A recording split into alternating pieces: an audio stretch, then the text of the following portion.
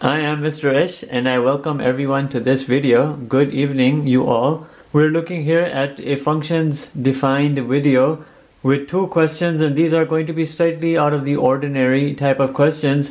You should be prepared to be able to handle questions of this sort.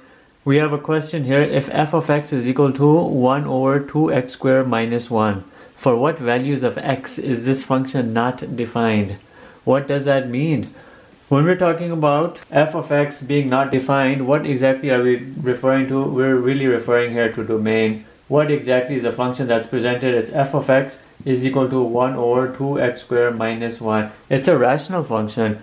You have a numerator, you have a denominator. When you have a question like this and you have to find out for what values of x is the function not defined, you're trying to find what is called a zero of the function.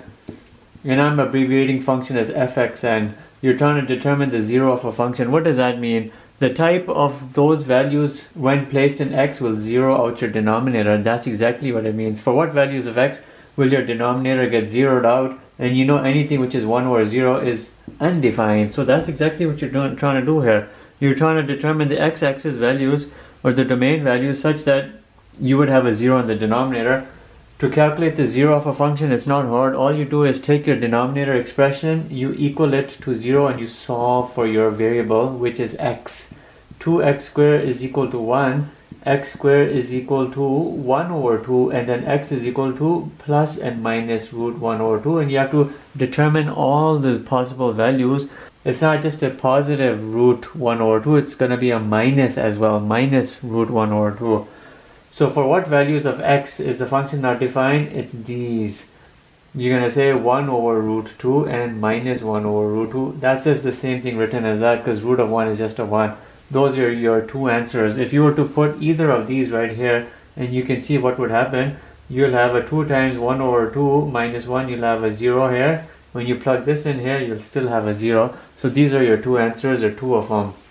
Alright, let's look at this second question, the last question, but we'll do a little bit more with this question than we did with the previous. We have a function which is this rational function, x divided by x cubed plus 2x squared plus x. For what x values is this function not defined? Very similar question. You're trying to again determine what are the zeros of this function, and you can do that, but when you have a rational function, you should always remember to simplify it to the most simplest form before you do your zero determination. I have an x in the numerator and I can factor out this in the denominator. I have x squared plus 2x plus 1. Once I have presented this, I can actually cancel out the x's. So what I'm really looking at is this: 1 over x squared plus 2x plus 1.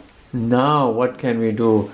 Let's see, 1 over x plus 1 whole square. That's this. X plus 1 whole square is this. X squared plus 2x plus 1. Is there any way that you can zero out this denominator? Well, you just take the denominator and you solve for x. X plus 1 whole square is equal to 0. X plus 1 is equal to 0. Root of 0 is 0, and x is equal to minus 1. If you were to put minus 1 now in places of x, that would be a 0. You can even put minus 1 right over here. You'll get a what? You'll get a positive 1, minus 2 plus 1, and you'll get a 0. And the minus 1 value will be what? Will zero out your denominator. What do these zeros really represent? These zeros really represent a vertical asymptote. And that's exactly what we're looking at over here, even though we're not using the term, but vertical asymptotes are your zeros of your function. X equals minus 1.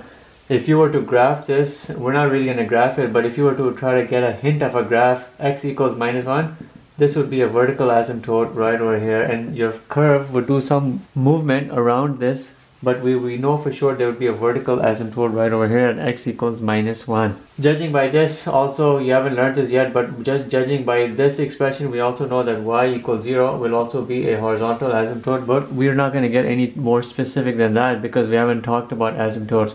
But the question is, for what value x values is this function not defined? It's this right here. For x equals minus 1, your function is undefined because you get a situation of 1 over a 0. Put minus 1 right over here, you'll get a 1 over 0, and the function is undefined. And this 0 of the function represents a vertical asymptote.